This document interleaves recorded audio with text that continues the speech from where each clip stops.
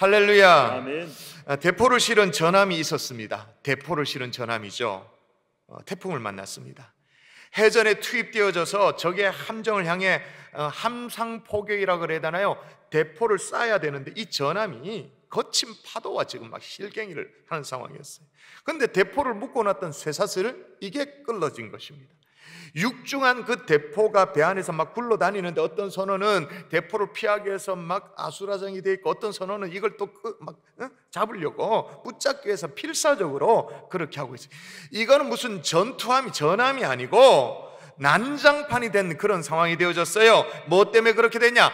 배 밖에 태풍 때문이 아니고 배 안에 대포 때문에, 굴러다니는 대포 때문에. 문득 선원이 이렇게 고백합니다. 우리를 진정으로 위험에 빠뜨리는 것은 외부의 태풍이 아니라 멋대로 굴러다니는 내부의 대포이구나라고 말을 하는 겁니다. 이게 여러분이 잘 아시는 빅토르 위고의 단편에 나오는 한 토막이죠. 여러분, 우리가 살다 보면 진짜 경계해야 될 것이 외부에 있는 것이 아니라 우리 내부에 있을 때가 있습니다. 외부의 어려움이나 시련이 아니라 이 내부의 적이 진짜 어려움을 줄 때가 참 많이 있습니다. 코로나도 그렇잖아요. 외부로부터 오는 어떤 바이러스 우리가 차단하고 마스크하고 손소독 다 중요합니다만은 이 내부의 면역력, 이것도 너무나도 중요한 상황이잖아요. 여러분, 성경에 이런 예가 참 많이 있는데, 내 마음에 합한 자라고 하나님으로부터 인정을 받았습니다. 정말 이스라엘 백성의 정말 둘도 없는 왕으로 그렇게 인정을 받았습니다. 누굽니까? 다윗 왕이죠. 그런데 다윗 생에 가장 치욕스러운 순간이 있었습니다. 하루아침에 쫓겨나가지고 도망자 신세로 예루살렘 성을 나가야 되는 그런 상황이 있었어요. 그때 누구에 의해서 이런 일이 벌어지게 되어졌어요? 아들 압살롬의 반역 때문에, 저 멀리 있는 다른 사람이 아니라 아들 때문에 치욕을 겪게 되어지는 거죠. 내부의 적. 하나만 더 얘기를 하면요, 이스라엘의 영적으로 암흑기를 보낼 때가 있었습니다. 그 안명 높은 이 아방 때 그의 아내 이세벨 우상숭배, 그래가지고 전 이스라엘 백성들을 완전히 우상숭배로 막 몰아넣었던 왕과 왕비였잖아요. 그래서 하나님이 3년 6개월 동안 하늘 문을 닫아서 정말 하나님의 어떤 징계의 신호였죠. 흉년을 맞게 되어지니까 감으로 가지고 온 백성이 거의 죽을 지경이 되었습니다. 그래도 이스라엘을 중보하는 이 엘리야의 기도로 말미암아 하늘 문이 다시 열리게 되어지는데, 그렇게 한 이 엘리야를 보고는요, 아방이 뭐라고 말하는지 보십시오. 자, 한번 여러분 읽어볼까요? 자, 아방이 이렇게 말합니다. 시작. 엘리야를 볼 때 아합이 그에게 이르되 이스라엘을 괴롭게 하는 자여. 이스라엘을 어떻게 하는 자요? 괴롭게 하는, 누가 괴롭혔는데? 누구 때문에 그래야 되는데? 이런 경우를 뭐라고 말하죠? 적반하장. 적반하장 또 유분수죠. 오늘 본문에도 적반하장이 나와요. 우리가 계속 사사기를 살피고 있는데, 여러분 기억나십니까? 하나님은 기드온, 그 비겁한 기드온, 그죠? 믿음이라고 또 없는 불신으로 가득한 그 기드온, 콤플렉스에 아주 쩔어있는 그 기도원을 하나님이 설득하시죠. 그리고 미디안과의 전쟁에서 승리를 거두도록 합니다. 실은 하나님이 다 준비해놨어요. 다 예비해놓고 가면 승리를 얻도록 그렇게 해놓으셨습니다. 하나님은 32,000명의 병사를 모은 이 기도원에게 많다고 돌려보내라고 딸랑 300명으로 승리를 거두도록 하는데, 어느 정도의 승리냐 하면, 여러분 보세요. 자, 숫자가 나오니까 제가 한번 읽어볼 테니까 여러분 숫자에 눈을 기울여 보십시오. 이때 세바와 살문나가 갈골에 있는 동방 사람의 모든 군대 중에 칼든 자 12만 명을 죽였고, 그 남은 15,000명 가량은 그들을 따라와서 거기에 있더라. 자, 몇 명을 죽였다고 나옵니까? 12만 명. 몇 명이 살아 있었다고요? 15,000. 엄청난 승리죠. 여러분, 저는 이렇게 지극히 연약하고 약한 자를 들어 사용하시는 주님을 찬양합니다. 아멘. 찬양합니다. 아멘. 어떻게 이렇게 한결같을까? 1부 예배 때도 그렇고 2부 예배 때도 그렇고 아멘을 별로 안 하셔. 왜 안 하시냐면, 여러분이 지난 주말에 뭐 들은 뉴스도 있었고 이렇게 확진자료가 마음이 막 쫄리잖아요, 그죠? 여러분, 마스크를 딱 정확하게 하시고, 손세정 딱 할 것 딱 하시고, 정갈하게 딱 하시고, 이 자리에 앉아서는 마음을 확 펼쳐야 돼. 그냥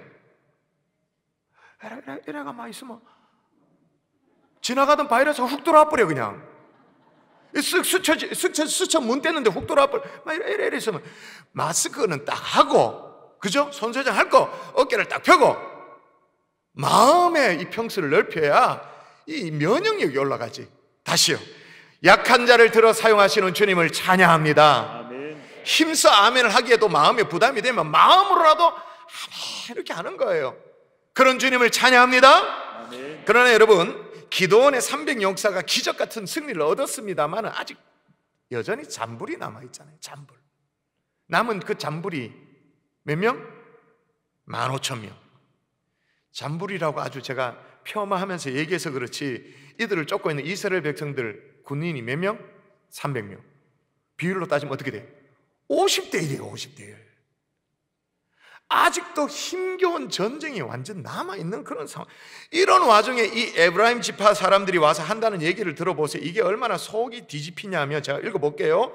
에브라임 사람들이 기드온에게 이르되 내가 미디안과 싸우러 갈 때 우리를 부르지 아니하였으니 우리를 이같이 대접하면 어찌 됨이냐 하고 그와 크게 싸우는지라, 다투는지라.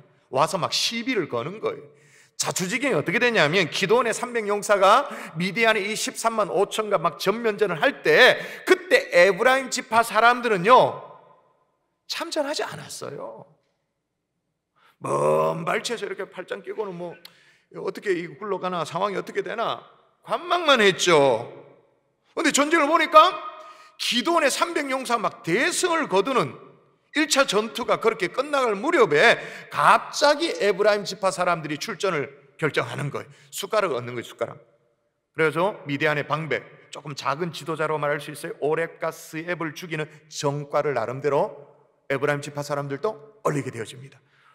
그러면 함께 승리를 기뻐하고 자축하고 격려하고 막 이래야 되잖아요. 그런데 에브라임 지파가 얼굴이 새파랗게 돼가 와가지고 질려가지고는 기드온에게 와서 막 시비를 거는 거예요. 왜 애시당초 우리를 부르지 않았냐는 거예요. 이런 경우를 뭐라고 말합니까? 아까 적반하장. 생각만 해도 막 분이 나. 지금 에브라임 지파가 어디 저 뭐 이방 민족이 아니잖아요. 이스라엘 지파잖아요. 한 식구인데, 가족인데 와가지고는 막 시비를 거는 거예요. 내부의 적이잖아요. 내부의 도사리는 적이 있다는 거죠. 여러분, 우리 인생에도 이런 내부의 적을 만납니까? 안 만납니까? 만나죠. 가족인데도. 제가 다 말을 하지 않아서 그렇습니다만은 우리 교회 안에도 이런 내부의 적이 있을까요? 없을까요? 있죠. 자기 주장, 자기 의의를 드러내는 내부의 적 있습니다. 어떻게 하면 좋을까요? 따라하십시다. 무전취식을 한 번 더 무전취식을 경계하라. 대가를 치르지 않는 결과만 얻으려는 사람들이 있다는 말이에요. 희생 없이 어떤 영광만 추구하려는 사람들이 있다 그 말이에요. 자, 오늘 1절을 다시 보시면 에브라임 사람들이 기드온에게 이르되 내가 미디안과 싸우러 갈 때 우리를 부르지 아니하였으니 라고 하면서 이제 따져 묻고 있는 상황인데, 이게 말도 안 되는 얘기예요. 왜냐? 지금 이스라엘과 미디안의 전쟁은 전 국가적인 이슈예요. 모를 리가 없단 말이에요. 요즘 말로 하면 코로나 뉴스란 말입니다. 그런데 무슨 바보가 아닌 이상 모를 리가 없는데, 그런데도 부르지 않았다라고 날린 거예요. 사실 개전 초기에 부담이 되니까 나서지 않고 어정쩡하게 있다가는 이 전쟁이 막 승산이 있거든요. 된다 싶거든요. 그리고 슬쩍 발을 담근 주제에 지금 불평하고 원망하고 그렇게 있는 거예요. 와, 진짜 웃기죠. 짜증 막 나잖아, 이런 거 보면. 용기 있는 희생이 요구돼야 될 때는 곱빼기도 보이지 않다가 자라목처럼 말이에요. 자라목 이렇게 쏙 드러나가지고 이제 쏙 집어넣고 있다. 뭐 먹을 거 있을 때 자기 주장할 때 어느 거 쏙 빼가지고 뭐 찾아다니고 웃기잖아요. 교회 봉사도 마찬가지예요. 자기 시간을 드리고 물질을 드리고 정성을 드리는 그런 섬김의 자리에는 자라목처럼 그냥 쏙 집어넣고 이렇게 있다가 뭘 자기 체면, 응? 자기 주장 그거 막 드러낼 때는 막 목을 빼고 막 어깨 힘주고 막 들이밀고 막. 희한하죠. 누가 더 기쁨으로 섬길까요? 누가 더 보람을 느끼며 섬길까요? 묵묵히 자기 희생을 할 줄 아는 사람, 오히려 자기 주머니를 털어가지고 자기 시간을 내가지고 봉사하는 교사들, 목자들, 그런 사람들이 더 보람을 느껴요. 할렐루야. 아멘이십니까? 아멘. 만일에 교회도 그렇고 세상도 그렇고 말이에요, 서로 희생하지 않으려고 들어, 서로 희생하지 않으려고 들면 어떤 일이 벌어질까요? 작자 미상의 미국의 어떤 글인데요, The Cold Within이라는 글이 내용인데 이런 내용입니다. 6사람이 추운 겨울에, 정말 추운 겨울에 한 곳에 어떤 우연히 고립이 되게 되었습니다. 고립. 근데 다행히도 자기 앞에는 모닥불이 피어져 있었어요. 그리고 각자 자기 손에는 이런 지팡이를 하나씩 이제 가지고 있었습니다. 근데 시간이 지나면서 모닥불이 점점 꺼져가면서 왜 땔감이 다 돼가니까 점점점 사그라지는 거예요. 근데 다행히도 모두에게 6명에게 나무 지팡이를 다 가지고 있었어요. 그래서 하나씩만 순번에 따라서 지팡이를 집어넣으면 그 사그라지는 불을 다시 되짚으면서 그래도 조금의 시간을 벌 수 있는 그런 상황이었습니다. 그런데 6명의 사람들이 어떻게 생각하냐? 첫 번째 백인 여자는요, 자기의 이 나무 지팡이를 꼭 움켜쥐면서 내 지팡이를 쥐어서 저 흑인을 어떻게 할 수 없다는 거예요. 저 흑인을 위해서 따뜻하게 해주기 위해서 그렇게 할 수, 도저히 그건 참을 수 없는 일이라고 말하면서 지팡이를 꼭 거머쥐어 내놓지 않아요. 두 번째 사람은 아니 남에게 뭘 베푼다라는 건 교회 설교에서나 그런 거지 세상 실제로는 그런 게 아니라고 말하면서 이걸 내놓지 않는 거예요. 세 번째, 이 남는 옷차림을 하고 있는 한 사람은요, 속으로 저런 이기적인 부자들을 위해서 내가 왜 내 것을 희생해야 되냐 그러면서 이걸 또 거머쥐는 거예요. 네 번째 부자는요, 아예 그런 생각 자체가 없어. 오로지 지금 자기 재산, 어떻게 하면 지금까지 힘들게 쓰지 않고 모아둔 이 귀중한 재산을 한 푼에도 더 어떻게 불릴 수 있는가, 축내지 않을, 오로지 그것만 골똘히 생각하다. 불이 꺼지는데도 상관없어, 그냥 꼬머쥐고 있는 거예요. 다섯 번째 흑인은 뭐냐? 그동안 당한 서름이 있잖아요, 억울함이 있잖아요. 이게 막 복받쳐 오르는 거예요. 내가 죽는 한이 있더라도 백인을 위해서 내 것을 내놓을 수 없다라고 말하면 지팡이를 꽉 쥐고, 마지막 여섯 번째 사람은 그래도 좀 나아. 지팡이를 사그라지는 불에 내놓고 싶은 마음이 있었어요. 그런데 다른 사람들이 다 지팡이를 가지고 있으니까 자기만 이 자기 지팡이를 내어서 불을 피운다는 게 너무 억울하게 생각되는 거예요. 결국 이 사람도 거머쥐고 있었죠. 그 얘기의 마지막 결말이 뭐냐? 결국 그들 모두 얼어 죽었다. 지팡이를 움켜쥔 채. 그래서 마지막에 글이 이렇게 나옵니다. 읽어볼까요? 마지막 대목, 바깥의 추위로, 시작. 바깥의 추위로 말미암아 죽은 것이 아니라 마음의 추위로 말미암아 그들은 모두 얼어 죽었다. 아멘. 여러분, 자기 희생이 없는 어떤 영적 무전 취식자 그 되지 않기를 바랍니다. 영적 불로소득자 그거 거부할 수 있기를 바랍니다. 섬김과 희생의 자리는 팔짱 끼고 이렇게 지켜보고 있다 관망했다가 다른 사람들이 열심히 섬겨 놓은 것에 대해서 막 감나라 배나라 하면서 재판관 노릇하는 그런 어리석은 자리에 들지 않기를 주 예수 이름으로 부탁드립니다. 그런데 문제는 기도원이 이 문제를 어떻게 풀어내느냐가 중요하잖아요. 어떻게 풀어내느냐 따라 하십시다. 자존심보다 하나됨을 지켜라. 에브라임 지파가 펄펄 뜁니다. 펄펄 뛰면서 그 속내가 다 들여다봅니다만은 기도원이 뭐라고 말하냐면 2절을 보면 이렇게 말해요. 기도원이 그들에게 이르되 내가 이제 행한 일을 너희가 한 것과 비교되겠느냐? 에브라임의 끝물 포도가 아비에셀의 만물 포도보다 낫지 아니하냐? 자, 에브라임의 끝물 포도, 이 무슨 말이죠? 전쟁 말미에 다 끝나가는데 숟가락 얹어가지고 얻은 승전이 있잖아요. 그게 이제 에브라임의 끝물 포도, 상징적인 표현이 그렇게 돼 있죠. 이 승전이 아비에셀의 만물 포도, 그러니까 기도원이 출신으로 아비에셀 지역의 사람이거든요. 그러니까 자기를 얘기하는 거예요. 개전 초기에 내가 얻은 승리보다 너네들의 승리가 더 크다, 더 핵심적인 거다. 막 지켜 세워주는 거예요. 기가 막힌 얘기죠. 사실 이 에브라임이 얻은 승리는요, 기돈의 300용사가 이 미디안의 본질을 깨고 나서 막 폐잔병처럼 막 흩어지니까 혼비백산 흩어지는 그 사람들 좀 처리한 것에 불과해요. 그런데도 기도는요, 우리가 한 것은 아무것도 아니다.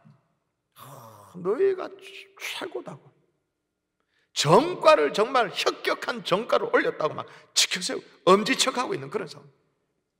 한편 지금 에브라임은 왜 지금 시비를 걸어오냐면 정말로 말이에요, 처음부터 전쟁에 함께 출전하고 싶은데 안 알려줘가지고, 부르지 않아가지고, 안 불러줘서 속상하다 그 말이에요?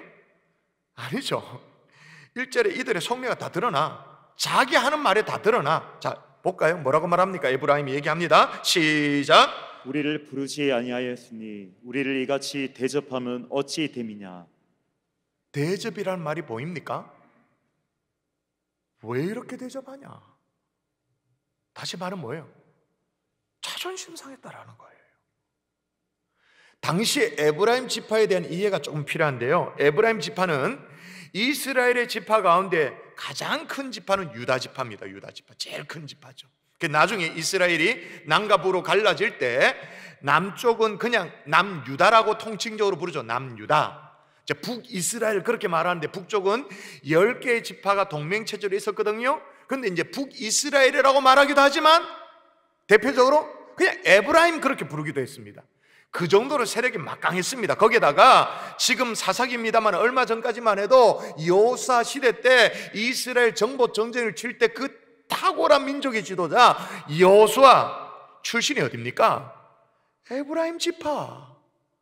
그러니까 우리가 가나안 정복 전쟁의 대표 주자다라는 엘리트 의식이 있었던 거예요.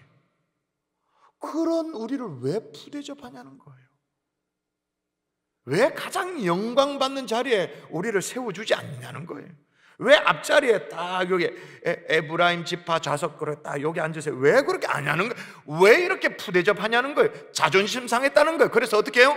지금 전쟁이 벌어지고 이런 건 별로 안 중요해요. 안 중요하고, 이거는 내가 반드시 짚고 넘어가야 돼, 이거는 내가 그냥 못 물러, 이거는 짚고 넘어가야겠다 그러면서 얼굴 새파랗게 해가지고 기드온에게 따지고 있는 거예요. 그러니까 에브라임은 자존심을 지키는 게 중요한 거였어요. 그런데 기드온은 자존심이 중요한 게 아니에요. 공동체 하나됨이 더 중요했어요. 그래서 3절 볼까요? 3절 뭐라고 말하는가? 자, 보세요. 여러분이 똘똘합니다. 시작. 하나님이 미디안의 방배 오렙과 스웹을 너희 손에 넘겨주셨으니 내가 한 일이 어찌 능히 너희가 한 것에 비교되겠느냐. 예, 비교되겠느냐. 그건 무슨 말이에요? 비교도 안 된다, 우리가 한 것은. 그럼 스스로 자기를 딱 낮춰요. 자, 그러면 왜 기드온이 자존심을 이렇게, 자기 자존심을 내려가면서 이 공동체 하나됨을 소중하게 그렇게 여겼을까요? 왜 그렇게 생각했을까요? 원래 기드온은 속도 없는 사람이었기 때문에, 등신이라 가지고, 아니 에브라임 워낙 세가 막 워낙 이게 뭐 기세가 등등하니까 그 기세에 막 눌려가지고 이렇게 막, 아니죠. 기드온이 그렇게 한 이유는 지금 뭐 하는 중입니까? 지금 이스라엘이 뭘 치르고 있는 중이에요? 전쟁 중이었어요. 전시에는 분열이 가장 무서운 거죠. 내부에 적이 준동하지 못하도록 이걸 아예 처음부터 차단시키고 있는 거예요. 여러분, 오늘날 하나님의 교회는 전쟁 중입니다. 악한 마귀와의 전쟁 중입니다. 타락한 시대 사조, 시대 정신과도 우리는 전쟁 중입니다. 코로나와도 전쟁 중입니다. 코로나를 핑계 삼아서 교회를 핍박하려는 보이지 않는 악한 세력과도 우리는 전쟁 중입니다. 전쟁 중에는 내 자존심 지키는 게 중요하지 않아요. 하나됨을 지키는 것이 더 중요한 줄 믿습니다. 왜? 그렇게 우리는 하나 되어서 악한 세상과 싸워야 되기 때문에. 아멘이십니까? 아멘. 그러면 이 하나됨을 지킬 수 있는 방법이 뭔가? 이게 되게 어려우면 우리는 또 못해요. 그죠? 근데 생각보다 의외로 간단해. 기드온이 한 걸 보면 돼요. 막 성질내는 이 에브라임에게 막 후한 전리품을 두둑하게 챙겨줘가지고는 이걸 가라앉혔나? 아니면 어떤 지파 설대가 땅 뚝 떼가지고 에브라임에게 더 넓은 땅덩어리를 양보, 아니면 뭐 지금 이 기드온이 사서로 지도자니까 내가 지도자 물러설게, 그러면 내가 물러설 테니까 에브라임 너희들 한 사람 해가지고 사사해라, 이래가지고 내놓았나? 아니죠. 3절에 보니까 기드온이 뭘 할 때 에브라임의 노염이 풀려졌다고 말하냐 하면 뭘 할 때인지를 잘 보십시오. 같이 보십시오. 다시 읽습니다. 시작. 어찌 능히 너희가 한 것과 비교되겠느냐. 이 말을 하매 그때 그들의 노염이 풀리니라. 언제 노염이 풀렸다고요? 언제 갈등이 해결되어졌다고요? 말을 할 때. 100% 말이에요. 그러니까 말로 하나님의 교회를 세울 수도 있어. 말로 하나님의 교회를 그냥 와해시킬 수도 있어요. 말로 우리 가정을 정말 따뜻하게, 안 그래도 지금 고단해 죽겠는데 따뜻하게 세울 수도 있고, 말로 다 쪼사뿔 수도 있어요. 여러분, 그래서 잠언 말씀에 유순한 대답은 분노를 쉬게 하여도 과격한 말은 노를 격동하게 한다, 그렇게 말해요. 여러분의 까칠한 말, 시시비비를 따지는 말, 그런 말로 겨우 내 자존심 정도를 지키는 것이 아니라 부드러운 말, 유순한 말, 은혜의 말로 공동체의 하나됨을 이뤄갈 수 있기를 주 예수 이름으로 축원합니다. 아멘. 축원합니다. 아멘. 근데 기도원이 또 왜 이렇게 했나? 따라하십시다. 아군과 적군을 분별하라. 그럼 왜 기도원은 모든 자존심을 내려놓고 하나됨을 지켰나? 왜 그랬나? 에브라임이 미우나 고우나 동족이야. 블레셋이 아니에요. 미디안이 아니란 말입니다. 그렇게 막 꼴통질을 하고 하는 얘기가 막 밑깔스럽고, 그 얘기가 듣고 있다 보니까 그냥 힘이 쭉 빠지는 상황이지만 그래도 아군이야. 기드온은 피와 식별이 정확하게 됐던 사람입니다. 보세요. 지금 에브라임이 시비를 걸어올 때요, 누가 여전히 살아있었기 때문에 기드온이 뭐라고 말하는지 보세요. 기드온이 이렇게 말합니다. 나는 미디안의 왕들인 세바와 살문나의 뒤를 추격하고 있노라. 뭐예요? 미디안의 왕들 세바, 살문 아직 죽지 않았어요. 적장이 눈이 시퍼렇게 살아있어요. 그러니까 이 아군과의 시시비비를 따지고 왜 그렇게 얘기하냐, 이게 중요한 게 아니야. 그럴 시간이 없어. 그렇게 에너지를 쏟을 시간이 없어. 왜? 적장이 시퍼렇게 살아있으니까 시시비비를 따지는 게 중요하지 않다, 그 말인 거예요. 여러분, 사무엘상 17장에 보면 다윗이 골리앗을 물리치는 그런 장면이 나옵니다. 근데 다윗이 골리앗과 탁 싸워서 승리하기 전에 누가 등장하냐면 다윗의 큰형이 등장해요. 큰형 엘리압이 등장합니다. 근데 큰형이 와서 이 다윗의 속을 다 뒤집어 놔버려. 네가 전쟁을 구경하러 왔구나. 그러면서 막 속을 다 뒤집어 놔. 아니, 큰형쯤 되어지면 골리앗과 싸우려고 나가서 뭐 한판 붙어보든지 그렇게 해야 되는데 우물쭈물하고 있는데 까마득한 동생이 나가서 싸우겠다 그러니까 아마 큰형은 자존심이 상했겠지 뭐, 그죠? 그러니까 막 네가 전쟁을 지금 구경하러 왔냐 그러면서 막 책망하고 야단쳐요. 다윗 입장에서 얼마나 성질나요. 지금 자기도 생명을 걸고 골리앗과 지금 한판을 하려고 나가고 있는데 형이라는 자가 와서 싸움을 구경한다라고 책망하니까 얼마나 열을 받아요. 그런데 다윗은 여기에 대해서 대꾸를 하지 않아요. 응대를 하지 않아요. 여러분, 악한 마귀가요, 우리가 막 중요한 사안을 앞두고 있고 정말 중요한 결정을 앞두고 중요한 어떤 싸움을 앞두고 있을 때 요런 속을 막 다 뒤집어 놓는 엘리압 같은 사람을 보냅니까, 안 보냅니까? 우리에게 보냅니까, 안 보냅니까? 보내죠. 또 한편으로는 한 식구인데 지 자존심만 지키는 게 중요해. 그런 에브라임 지파 같은 사람을 만나게 합니까, 안 만나게 합니까? 이 악한 마귀가 우리에게 보냅니다. 왜? 고래에서 자빠지라고. 고래 확 자빠져보라고. 마귀가 아주 기차게 우리에게 그렇게 보내죠. 근데 만일에 생각해 보십시다. 만일 다윗이 자기 맏형 엘리압을 기선제압을 했다 합시다. 왜 형이 되어져 가지고는 뭐 어떻게 골리앗 나가 싸우지도 못하고 우물쭈물하고 있냐, 그렇게 막 야단쳤다 하십시다. 그럼 막내 동생이 형을 이겨 먹었다면 이걸 누가 칭찬을 해줄까요? 기드온 입장에서 에브라임 말도 안 되는, 왜 미리 알려주지 않았냐, 말도 안 되는 얘기를 하면서 막 시비를 걸어오는데 나머지 지파들 막 의견 막 수렴해가지고, 나머지 그래도 세가 있잖아요, 수렴해가지고 에브라임 손봐주려고 마음먹으면 손봐줄 수도 있습니다. 그렇게 한들 누가 기뻐할까요? 여러분 옆에 있는 사람들, 가족입니다. 옆에 앉아 계신 분들, 믿음의 백성입니다. 우리 모두는 아군인 줄 믿습니다. 아멘. 좀 생뚱맞지만 설교 끝나가는 쯤에 옆에 분에게 인사하십시다. 우리는 아군입니다. 우리는 아군입니다. 우리는 한 가족입니다. 한 식구입니다. 피와 식별을 정확하게 하셔야 돼요. 말씀의 결론을 맺을게요. 희생하지 않고 그저 무임승차하려는 그런 마음 내려놓아야 됩니다. 잠시 후에 있을 자원봉사도 마찬가지예요. 신청도 마찬가지예요. 에브라임의 감심사는 오로지 우리를 왜 이같이 대접하였느냐, 자기 자존심을 지키는 게 중요했어요. 그러나 기도는 공동체의 하나됨을 더 중요하게 여겼습니다. 이유는 하나예요. 전시 중이었기 때문에. 만일에 여러분의 자존심을 내려놓고 속상하지만 공동체의 하나됨을 지켰다 칩시다. 그러면 여러분이 내려놓은 여러분의 자존심 누가 지켜주실까요? 저는 믿습니다. 하나님이 여러분의 자존심을 지켜주시는 줄 믿습니다. 아멘. 주적을 구분하십시오. 우리의 대전은 아직 살아있습니다. 악한 마귀는 교회를 핍박합니다. 언제든지 교회를 흔들어내려고 애를 씁니다.